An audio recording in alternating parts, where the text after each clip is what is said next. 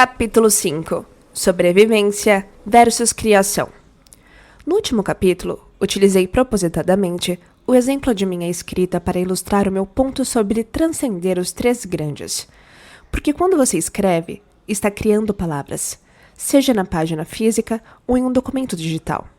A mesma criatividade opera quando você pinta, toca um instrumento musical, trabalha madeira num torno ou se envolve em qualquer outra atividade que tenha o efeito de romper as amarras dos três grandes sobre você. Por que é tão difícil viver nesses momentos criativos? Se focamos em um passado indesejado ou no futuro temido, significa que vivemos essencialmente sob estresse, no modo de sobrevivência. Quer estejamos obcecados com a saúde, a sobrevivência do corpo, pagando a hipoteca, a necessidade de sobrevivência de abrigo do ambiente externo, ou sem tempo suficiente para fazer o que precisamos para sobreviver. A maioria de nós está muito mais acostumada ao estado viciado da mente, que denominamos de sobrevivência, do que a viver como criadores. Pense na vida no modo de sobrevivência, imaginando um animal, como um cervo pastando calmamente na floresta. Vamos assumir que ele está em homeostase, em equilíbrio perfeito.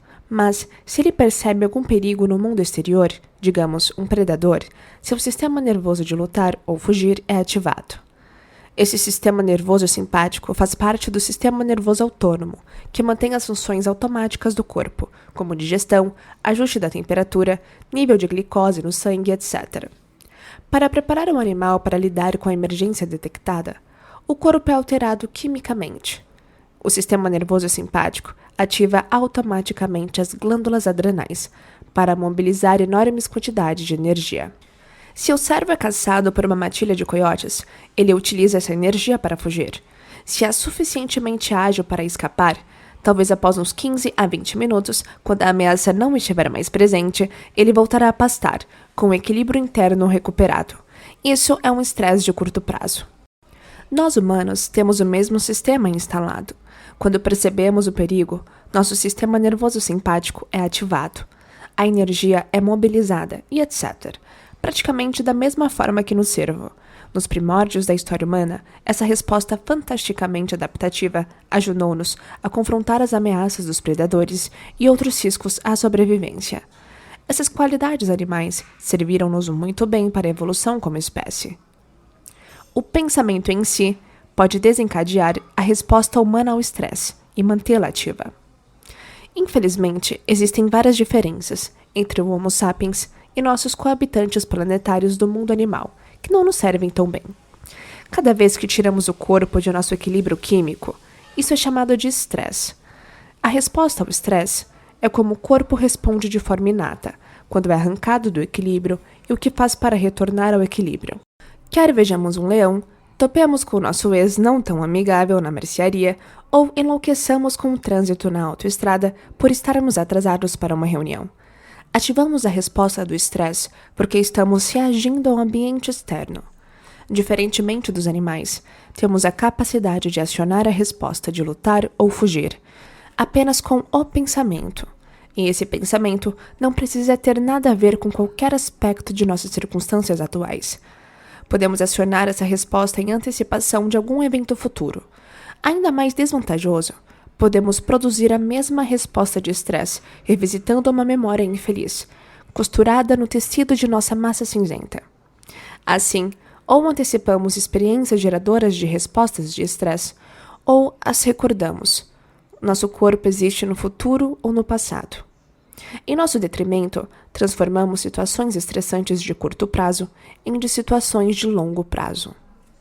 Por outro lado, até onde sabemos, os animais não têm a capacidade, ou devo dizer incapacidade, de acionar a resposta de estresse com tanta frequência e facilidade que não consigam desativá-la. Aquele cervo pastando alegremente outra vez não é consumido por pensamentos sobre o que aconteceu há alguns minutos, muito menos sobre os coiotes que o perseguiram 2 meses atrás. Esse tipo de estresse repetitivo nos é prejudicial, porque nenhum organismo foi projetado com um mecanismo para lidar com efeitos negativos no corpo quando a resposta ao estresse é acionada com tanta frequência e por tão longa duração. Em outras palavras, Nenhuma criatura pode evitar os efeitos de viver em situações de emergência de longo prazo. Quando ativamos a resposta ao estresse e não conseguimos desativá-la, estamos fadados a algum tipo de colapso do corpo. Digamos que você continue ativando o sistema de lutar ou fugir devido a alguma circunstância ameaçadora, real ou imaginária em sua vida. Como seu coração acelerado bombeia volumes enormes de sangue para suas extremidades e seu corpo está nocauteado pela homeostase, você está ficando preparado pelo sistema nervoso para fugir ou lutar. Mas vamos encarar. Você não pode fugir para as Bahamas, nem pode estrangular o seu parceiro de trabalho. Seria primitivo. Portanto, a consequência é que você condiciona seu coração a bater acelerado o tempo todo. E com isso pode estar fadado a ter pressão alta, arritmias e etc. E o que sobra quando você mobiliza toda essa energia para uma situação de emergência? Se você está direcionando o grosso de sua energia para algum problema em seu ambiente externo, haverá pouca para o ambiente interno do seu corpo. Seu sistema imunológico, que monitora o seu ambiente interno, não consegue repor a falta de energia para o seu crescimento e reparação. Portanto, você fica doente, seja com resfriado, câncer ou artrite reumatoide, todas elas enfermidades mediadas pelo sistema imunológico. Quando se pensa nisso, a real diferença entre animais e humanos é que, embora os dois experimentem estresse, os humanos reexperimentam e pré-experimentam situações traumáticas. O que há de tão nocivo em ter respostas ao estresse desencadeadas por pressões do passado, presente ou futuro? Quando somos derrubados do equilíbrio químico com tanta frequência, o estado de desequilíbrio, por fim, torna-se a norma. Como resultado, estamos destinados a viver o nosso destino genético, e na maioria dos casos, isso significa sofrer de algumas doenças. A razão é clara. O efeito dominó da cascata de hormônios e outras substâncias químicas que liberamos em resposta ao estresse pode desregular alguns de nossos genes, e isso pode criar doenças. Em outras palavras, o estresse repetido aperta os botões genéticos que começam a conduzir rumo a nosso destino genético. Assim, o que outrora era um comportamento muito adaptativo e uma resposta química benéfica, lutar ou fugir, torna-se um conjunto de circunstâncias extremamente nocivas e desadaptadas. Por exemplo, quando um leão caçava nossos ancestrais, a resposta de estresse fazia o que foi planejado que fizesse, protegia-os de seu ambiente externo. Isso é adaptação, mas se por vários dias você fica ansioso com sua promoção, foca exageradamente em sua apresentação para a chefia ou se preocupa por sua mãe estar no hospital, essas situações criam as mesmas substâncias químicas, como se você estivesse sendo perseguido por um leão. Isso é má adaptação. Você está ficando tempo demais no modo de emergência. O mecanismo de lutar ou fugir está consumindo a energia que seu ambiente interno necessita. Seu corpo está roubando essa energia vital de seus sistemas digestivo, endócrino e imunológico, entre outros, e direcionando-a para os músculos que você usaria para lutar com o predador ou fugir do perigo. Mas, em sua situação, isso está apenas trabalhando contra você. Do ponto de vista psicológico, a superprodução de hormônios de estresse gera as emoções humanas de raiva, medo, inveja e ódio. Incita sentimentos de agressão, frustração, ansiedade e insegurança. E provoca dor, sofrimento, tristeza, desânimo e depressão. A maioria das pessoas passa a maior parte do tempo preocupada com pensamentos e sentimentos negativos. É possível que a maior parte das coisas que estejam acontecendo em nossas circunstâncias atuais sejam negativas? Obviamente que não. A negatividade fica tão alta porque ou vivemos em antecipação ao estresse ou reexperimentamos graças a uma memória, de modo que a maioria de nossos pensamentos e sentimentos é impulsionada por esses fortes hormônios do estresse e da sobrevivência. Quando nossa resposta ao estresse é disparada, focamos em 3 elementos, e eles são da maior importância. O corpo deve ser cuidado. O ambiente. Aonde posso ir para escapar dessa ameaça? Tempo. Quanto tenho que usar a fim de escapar dessa ameaça? Viver na sobrevivência é o motivo pelo qual nós, humanos, somos tão dominados pelos 3 grandes: A resposta ao estresse e os hormônios que ela desencadeia obrigam-nos a focar no e ficarmos obcecados com corpo, ambiente e tempo. Como resultado, começamos a definir nosso eu dentro dos limites do reino físico, tornamo-nos assim menos espiritualizados, menos conscientes, menos cientes e menos atentos. Colocado de outra forma, crescemos para sermos materialistas, ou seja, consumidos habitualmente por pensamentos sobre coisas do mundo externo. Nossa identidade fica condicionada em nosso corpo. Somos absorvidos pelo mundo exterior, pois é nele que as substâncias químicas nos obrigam a prestar atenção. Coisas que possuímos, pessoas que conhecemos, locais aonde devemos ir, problemas que enfrentamos, cortes de cabelo que detestamos, partes do nosso corpo, nosso peso, nossa aparência em comparação com os outros, quanto tempo temos ou não. Você entende o cenário? E lembramos quem somos baseados primeiramente no que sabemos e nas coisas que fazemos. Viver na sobrevivência obriga-nos a focar em 0,0001% e não nos 99,999% da realidade. Sobrevivência. Viver como um alguém. A maioria de nós adota a noção tradicional de si como um alguém. Mas quem realmente somos não tem nada a ver com os três grandes. Quem somos é uma consciência conectada a um campo de inteligência quântica. Quando nos tornamos esse alguém, esse eu materialmente físico, vivendo na sobrevivência, esquecemos quem realmente somos. Ficamos desconectados e nos sentimos separados do campo universal da inteligência. Quanto mais vivemos impactados pelos hormônios do estresse, mais essa corrida química se torna nossa identidade. Se nos consideramos unicamente seres físicos, nos limitamos a perceber somente com nossos sentidos físicos. Quanto mais usamos nossos sentidos para definir nossa realidade, mais permitimos que nossos sentidos determinem nossa realidade. Escorregamos para o modelo de pensamento newtoniano, que nos prende à tentativa de prever o futuro com base em alguma experiência passada. Lembre-se, o modelo newtoniano da realidade se resume a prever resultados. Tentamos controlar nossa realidade, em vez de nos rendermos a algo maior. Tudo o que fazemos é tentar sobreviver. Se o modelo quântico da realidade, no fim das contas, define todas as coisas como energia, por que nos experimentamos mais como seres físicos do que como seres energéticos? Poderíamos dizer que as emoções orientadas pela sobrevivência, emoções são energia em movimento, são emoções de baixa frequência ou baixa energia. Elas vibram a um comprimento de onda mais lento e, portanto, aterram-nos no físico.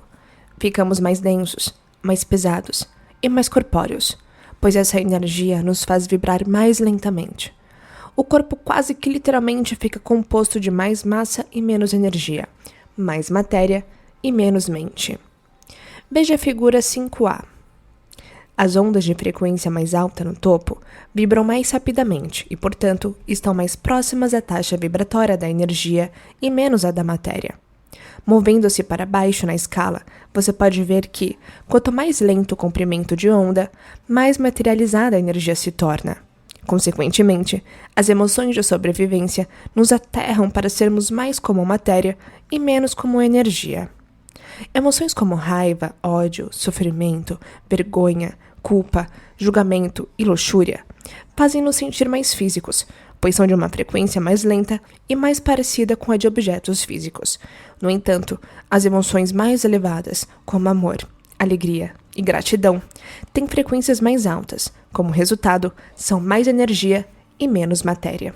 Assim, pode fazer sentido que, se inibirmos nossas emoções mais primitivas de sobrevivência e começarmos a romper nosso vício nelas, nossa energia será de frequência mais alta e haverá menor probabilidade de nos enraizar no corpo.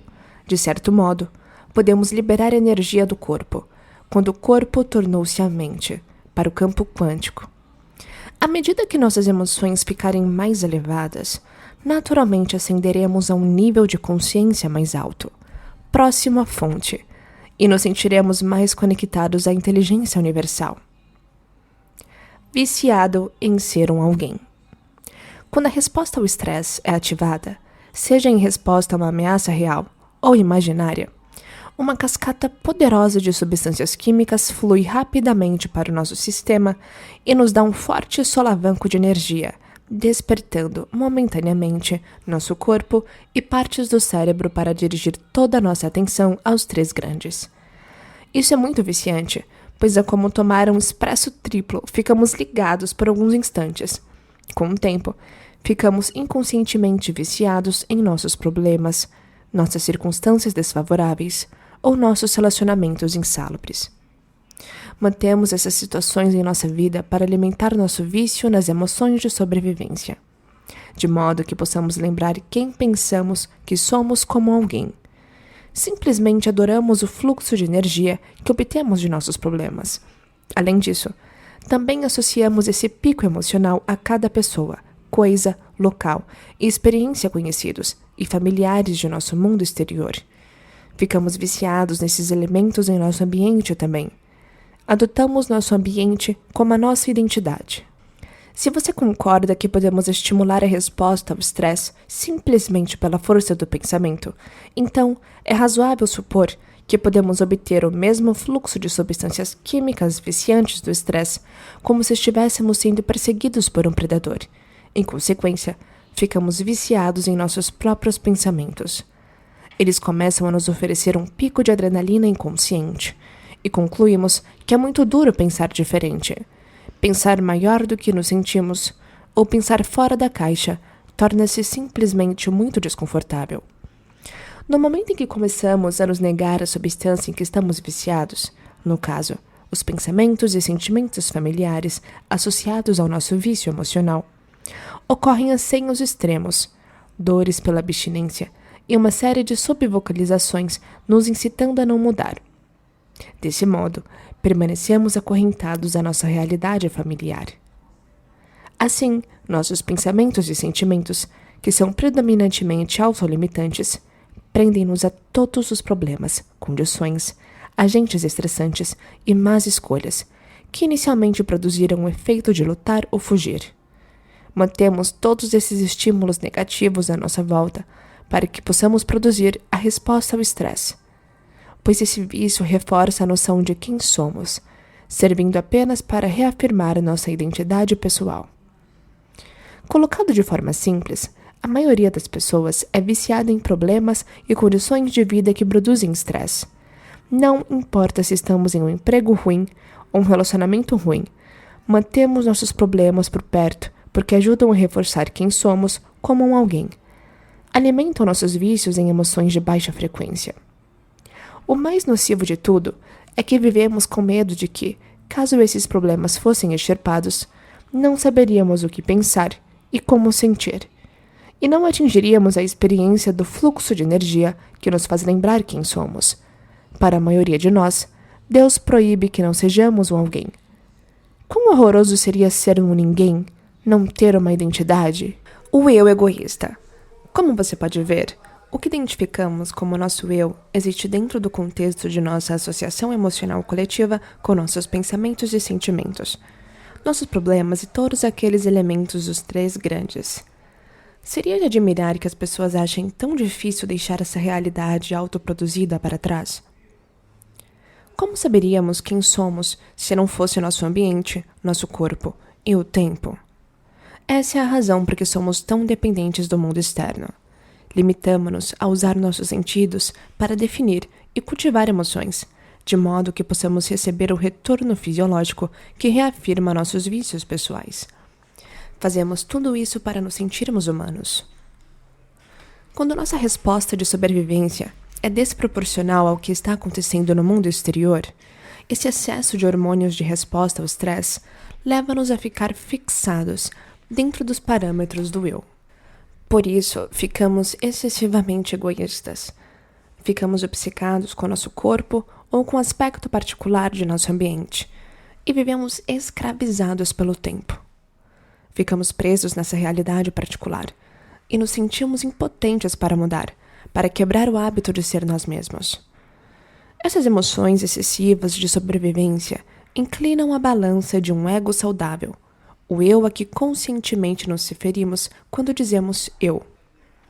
Quando o ego está em xeque, sua função natural é assegurar que estejamos protegidos e seguros no mundo exterior. Por exemplo, o ego certifica-se de que fiquemos distantes de uma fogueira ou alguns passos da beira de um precipício. Quando o ego está equilibrado, seu instinto natural é a autopreservação. Existe um equilíbrio saudável entre suas necessidades e as dos outros. Sua atenção a si mesmo e aos outros. Quando estamos no modo de sobrevivência, em uma situação emergencial, faz sentido que o eu assuma a prioridade. Mas, quando substâncias químicas de estresse crônico de longo prazo desequilibram o corpo e o cérebro, o ego fica excessivamente focado na sobrevivência e prioriza o eu, com a exclusão de todas as demais coisas. Somos egoístas o tempo todo, portanto, tornamo-nos autoindulgentes, egocêntricos e presunçosos, cheios de autocomiseração e autoaversão. Quando o ego está sob constante estresse, sua prioridade é eu primeiro. Nessas condições, o ego está primeiramente preocupado em prever cada resultado de cada situação, pois está focado demais no mundo exterior e se sente completamente separado dos 99,9999% da realidade. Na verdade, quanto mais definimos a realidade com os nossos sentidos, mais essa realidade torna-se nossa lei. E a realidade material na forma de lei é o extremo oposto da lei quântica. Nossa realidade é qualquer coisa em que colocamos nossa atenção. Consequentemente, se nossa atenção está focada no corpo e em nosso reino físico, e se ficamos trancados em uma linha particular do tempo linear, esse cenário torna-se a nossa realidade.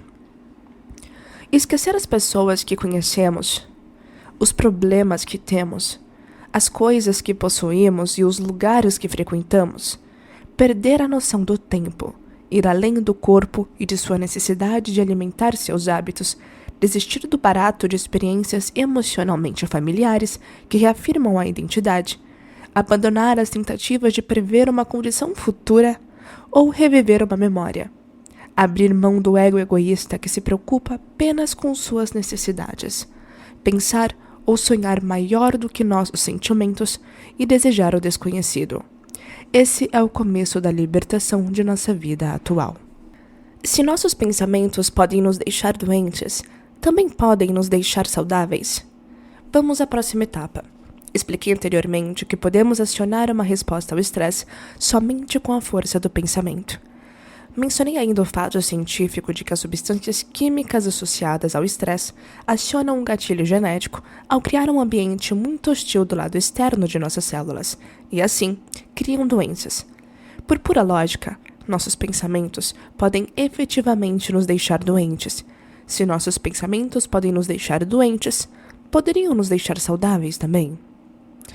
Digamos que uma pessoa teve algumas experiências em um breve período de tempo que a deixaram ressentida. Como resultado das reações inconscientes a essas ocorrências, ela agarrou-se à sua amargura. Substâncias químicas correspondentes a essa emoção inundaram suas células.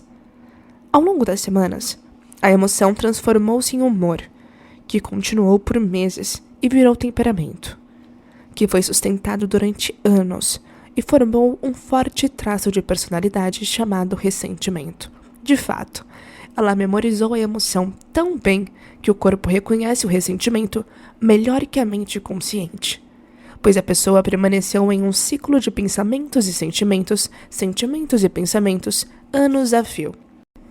Baseado no que aprendeu sobre emoções, como a assinatura química de uma experiência, você não concordaria que, enquanto essa pessoa se apegar ao ressentimento, seu corpo reagirá como se ainda estivesse vivenciando os eventos de um passado distante que inicialmente levaram-na a acolher essa emoção? Além disso, se a reação do corpo a essas substâncias químicas de ressentimento interrompeu a função de certos genes e essa reação sustentada seguiu sinalizando os mesmos genes a responder do mesmo modo, o corpo poderia finalmente desenvolver uma condição física como câncer. Sendo assim, é possível que, quando a pessoa desmemorizasse a emoção de ressentimento contínuo, por não mais pensar os pensamentos que criaram sentimentos de ressentimento e vice-versa, seu corpo como a mente inconsciente, ficasse livre dessa escravidão emocional, com o tempo, ela pararia de sinalizar os genes da mesma maneira. Finalmente, digamos que ela começou a pensar e sentir de outros modos, em um grau tal que inventou um novo ideal de si relacionado a uma nova personalidade. À medida que migrou para um novo estado de ser, ela poderia sinalizar seus genes de formas benéficas e condicionar o corpo em um estado emocional elevado, antes da experiência real de ter boa saúde. Ela poderia fazer isso a ponto de o corpo começar a mudar apenas pela força do pensamento. O que acabei de descrever em termos simples aconteceu a um participante de minhas palestras que superou um câncer. Bill, de 57 anos, era construtor de telhados. Havia aparecido uma lesão em seu rosto e uma dermatologista diagnosticou como melanoma maligno. Embora Bill passasse por cirurgia, radiações e quimioterapia, o câncer reapareceu no pescoço, depois no flanco e finalmente na panturrilha. Em cada ocasião ele passou por tratamento semelhante. Naturalmente, Bill teve momentos de "por que eu?". Ele entendia que sua excessiva exposição ao sol era um fator de risco, mas conhecia outros que tiveram exposições similares e não desenvolveram câncer. Ele se fixou nessa injustiça.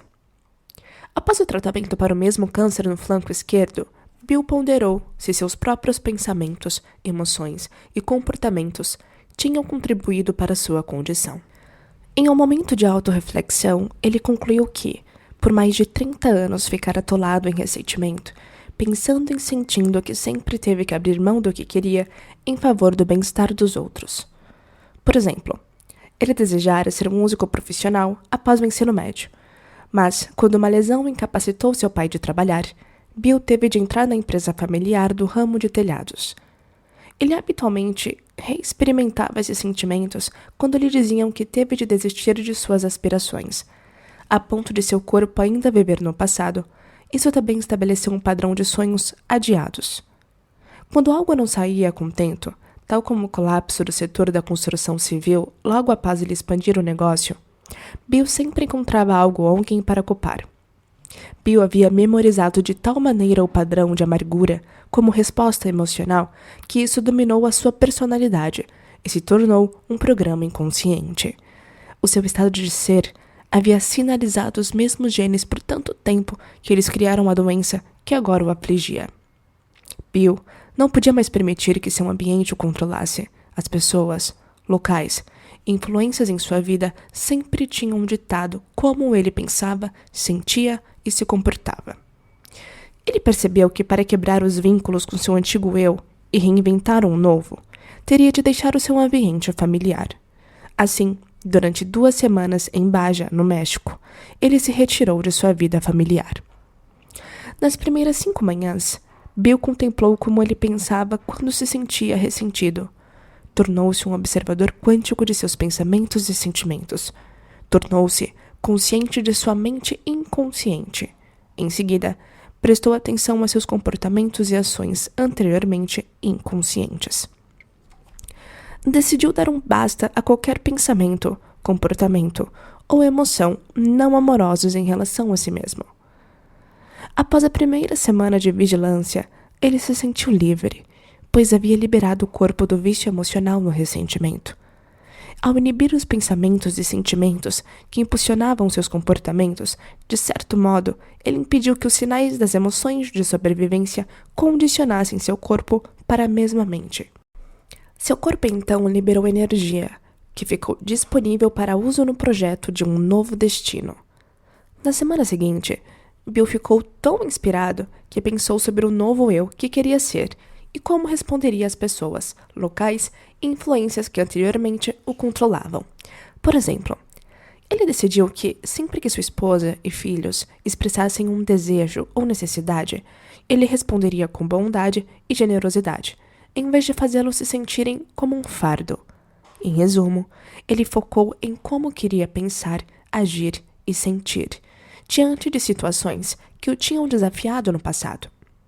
Bill estava criando uma nova personalidade, uma nova mente e um novo estado de ser.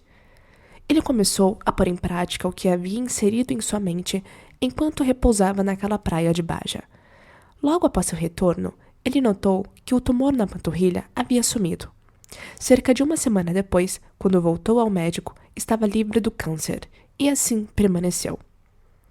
Ao disparar seu cérebro de novas maneiras, Bill mudou o antigo eu, biológica e quimicamente. Como resultado, sinalizou novos genes de novas maneiras, e as células cancerosas não conseguiram coexistir com a sua nova mente, nova química interna e novo ser. Antes preso pelas emoções do passado, ele agora vive em um novo futuro. Uma nova personalidade manifestou uma nova realidade pessoal. No caso de Bill, o câncer pertencia à antiga persona. Ele tornou-se literalmente outro. Criação, vivendo como um ninguém. No final do capítulo anterior, descrevi brevemente como é viver no modo criativo. São aqueles momentos de estar plenamente envolvido e em fluxo, de modo que o ambiente, o corpo e o tempo parecem imateriais e não invadem nossos pensamentos conscientes. Viver na criação é viver como um ninguém. Você já notou que, quando está realmente no meio da criação de algo, você esquece de si? Você se dissocia de seu mundo conhecido. Você não é mais uma pessoa que associa a sua identidade a certas coisas que possui, pessoas específicas que conhece, certas tarefas que faz e diferentes locais em que viveu em determinados períodos. Você poderia dizer que, quando está em um estado criativo, esquece o hábito de ser você. Você abandona seu ego egoísta e se torna altruísta. Você se move além do tempo e do espaço e passa a ser pura consciência imaterial. Como não está mais conectado a um corpo, não está mais focado em pessoas, locais ou objetos em seu ambiente externo, e além do tempo linear, está acessando a porta do campo quântico. Você não consegue entrar como um alguém, deve fazer isso como um ninguém. Você tem que deixar o ego egoísta na porta e entrar no reino da consciência como consciência pura. Como afirmei no capítulo 1, para mudar seu corpo, para fomentar uma saúde melhor, algo em suas circunstâncias externas, um novo trabalho, ou relacionamento talvez, ou sua linha de tempo, na direção de uma possível realidade futura. Você tem que ficar sem corpo, sem coisas, sem tempo. Portanto, essa é a grande dica. Para mudar qualquer aspecto de sua vida, corpo, ambiente ou tempo, você deve transcendê-los e se soltar da realidade familiar presente. Você deve deixar os três grandes a fim de controlar os três grandes. Lobo frontal, domínio da criação e da mudança. Quando estamos no modo da criação, estamos ativando o centro criativo do cérebro, o lobo frontal, parte do prosencéfalo que compreende o córtex pré-frontal. Essa é a parte mais evoluída e mais nova de nosso sistema nervoso humano e a mais adaptável do cérebro. Ela tende a ser o centro criativo de quem somos e o CEO ou o aparelho de tomada de decisão do cérebro. O lobo frontal é a sede de nossa atenção, concentração focada, percepção, observação e consciência. É onde especulamos sobre possibilidades, demonstramos intenção firme, tomamos decisões conscientes, controlamos comportamentos emocionais e impulsivos e aprendemos coisas novas. No interesse de nosso entendimento, o lobo frontal executa três funções essenciais. Elas entrarão em cena quando você aprender e exercitar as etapas meditativas práticas para quebrar o hábito de ser você mesmo da parte 3 deste livro. Metacognição. Tornar-se autoconsciente para inibir estados indesejados da mente e do corpo. Se você deseja criar um novo eu, primeiro tente parar de ser um antigo eu. No processo de criação, a primeira função do lobo frontal é se tornar autoconsciente. Como possuímos capacidades metacognitivas, o poder de observar nossos próprios pensamentos e eu, podemos decidir como não mais queremos ser, pensar, agir e sentir.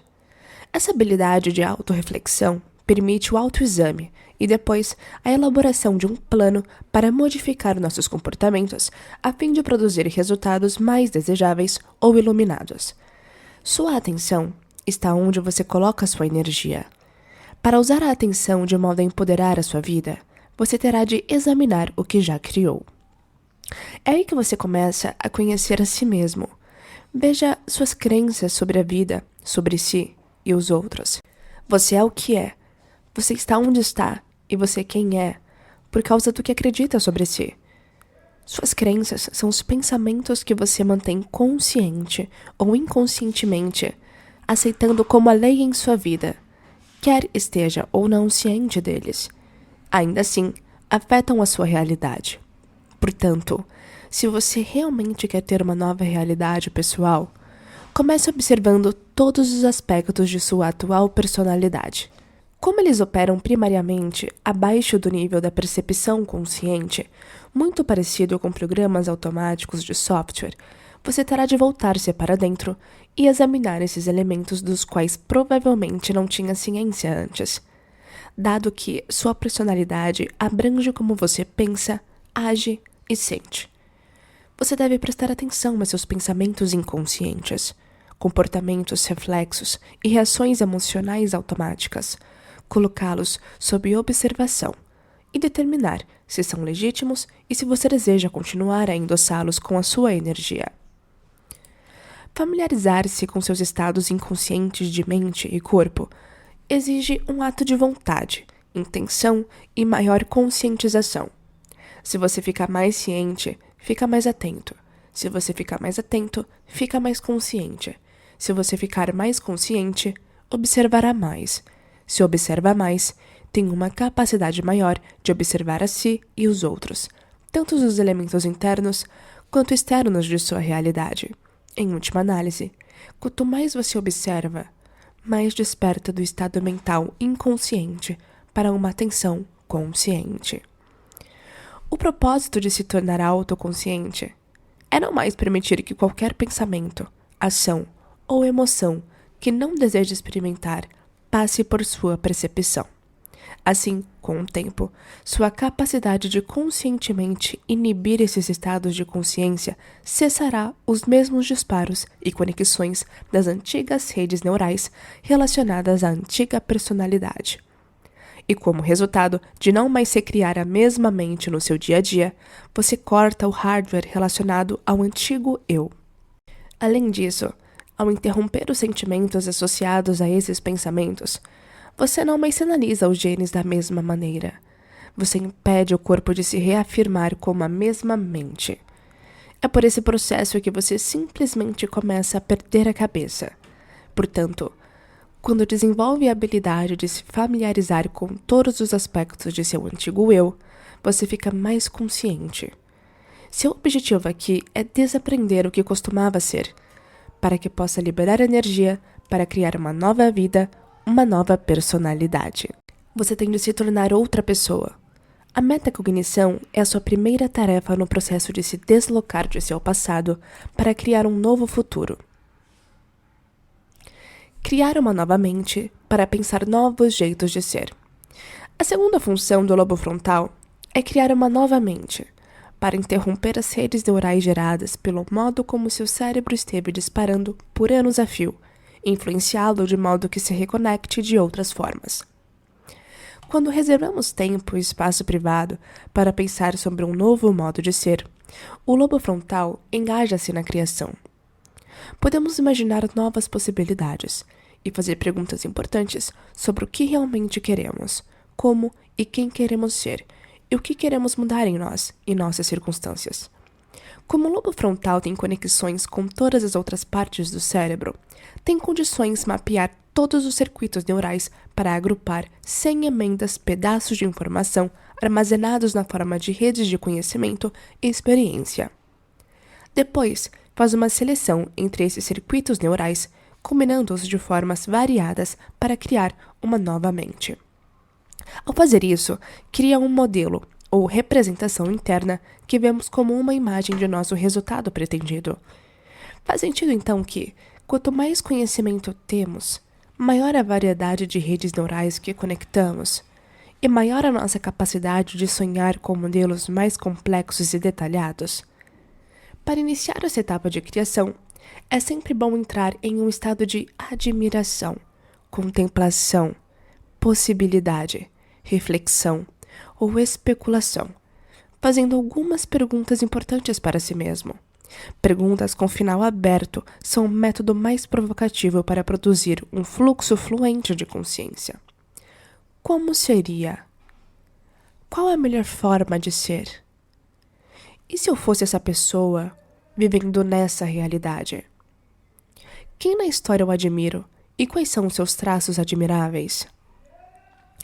As respostas obtidas naturalmente formarão uma nova mente, porque, ao responder com sinceridade, seu cérebro começará a trabalhar de novas maneiras, começando a ensaiar mentalmente novos jeitos de ser. Você começa a se reconectar neurologicamente em uma nova mente, e quanto mais conseguir se relembrar, mais mudará seu cérebro e sua vida. Quer deseje ser rico ou ser um pai melhor? Ou grande feiticeiro? Quem sabe? Talvez não seja má ideia preencher seu cérebro com conhecimentos sobre o tópico escolhido, de modo que você tenha mais blocos de construção para formar um novo modelo da realidade que deseja adotar. Toda vez que você adquire informações, está adicionando novas conexões sinápticas, que servirão de matéria-prima para quebrar o hábito de seu cérebro disparar do mesmo modo. Quanto mais você aprende, mais munição tem para destituir a antiga personalidade. Veja a figura 5b.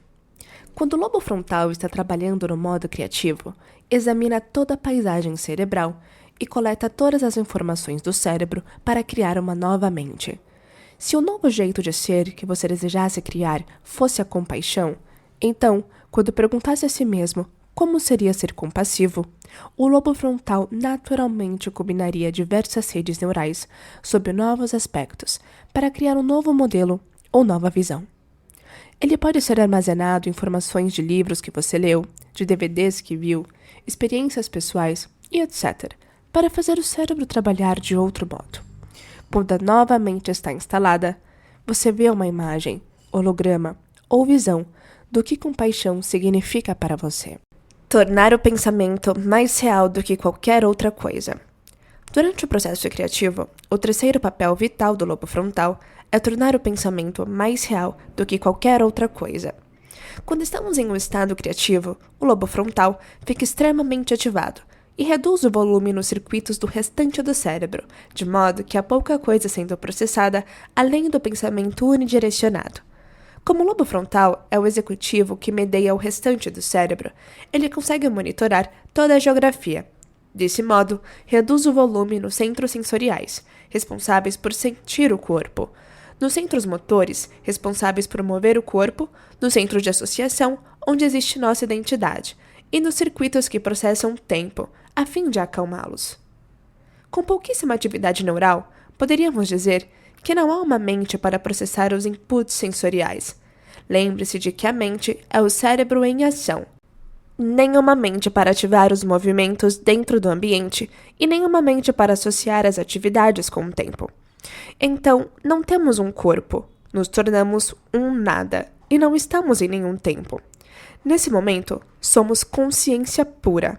Com ruído silenciado nessas áreas cerebrais, o estado de criatividade caracteriza-se por não ter um ego ou eu como os conhecemos. Quando você está no modo de criação, o lobo frontal está no controle. Ele fica tão engajado que seus pensamentos passam a ser sua realidade e experiência. O que for que você pense nesses momentos é tudo o que existe para ser processado pelo lobo frontal. Como ele reduz o volume das outras áreas do cérebro, cala as distrações. O mundo interior dos pensamentos torna-se tão real como o mundo exterior da realidade. Seus pensamentos são capturados neurologicamente e rotulados em sua arquitetura cerebral como uma experiência.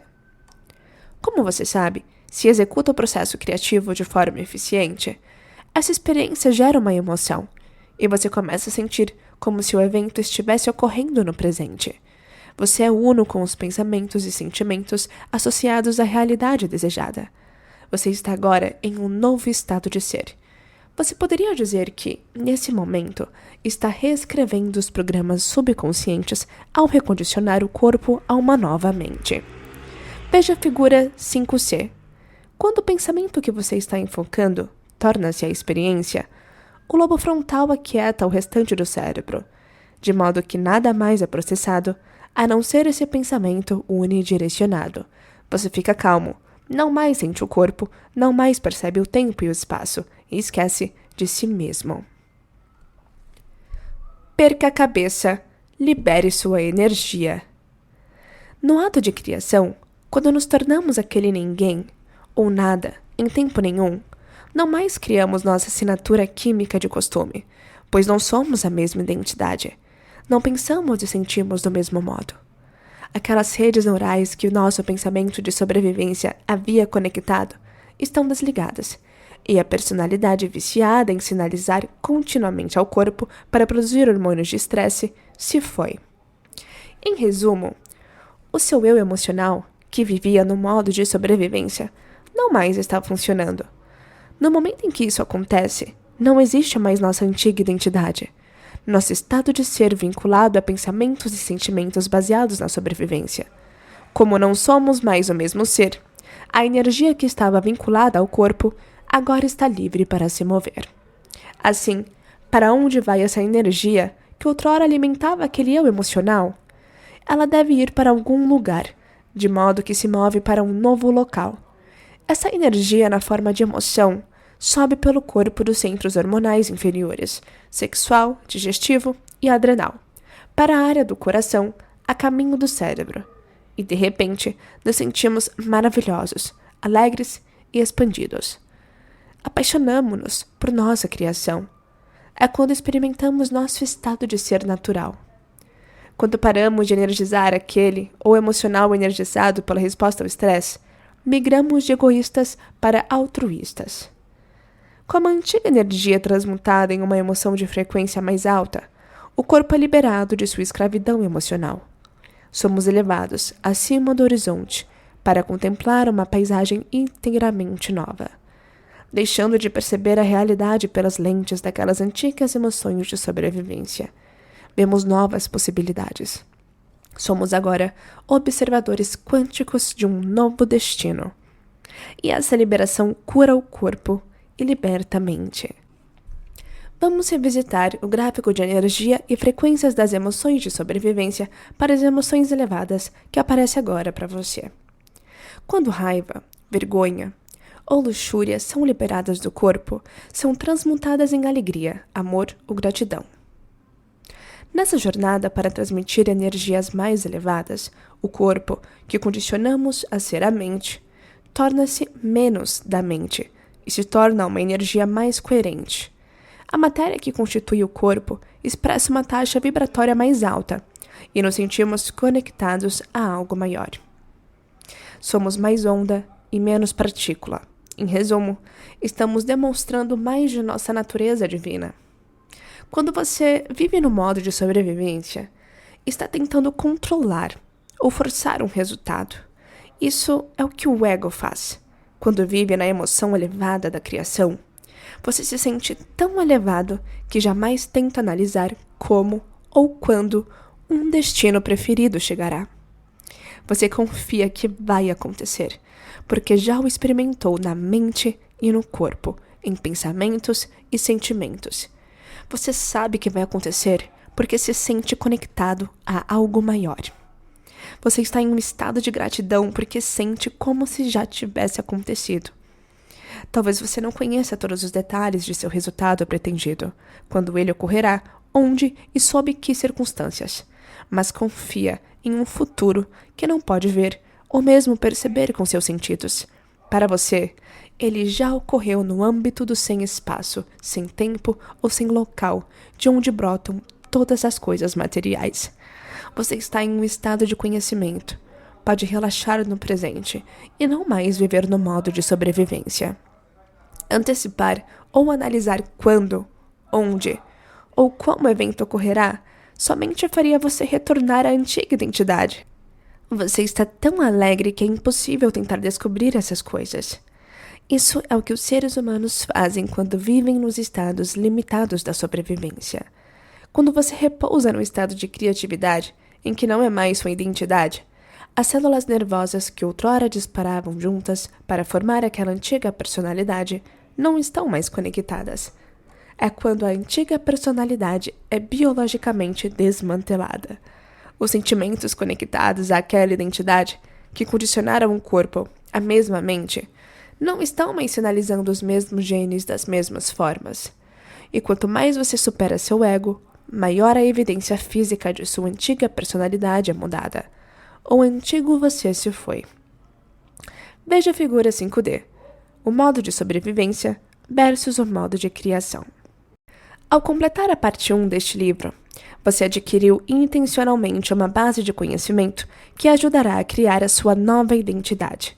Agora, vamos desenvolver essa base. Cobrimos uma porção de possibilidades, o conceito de que sua mente subjetiva pode afetar o seu mundo objetivo, seu potencial para mudar seu cérebro e seu corpo ao tornar-se maior que seu ambiente, seu corpo e o tempo, e a perspectiva de que você pode abandonar o modo de vida estressante e reativo de sobrevivência, como se somente o mundo exterior fosse real, e entrar no mundo interior do Criador.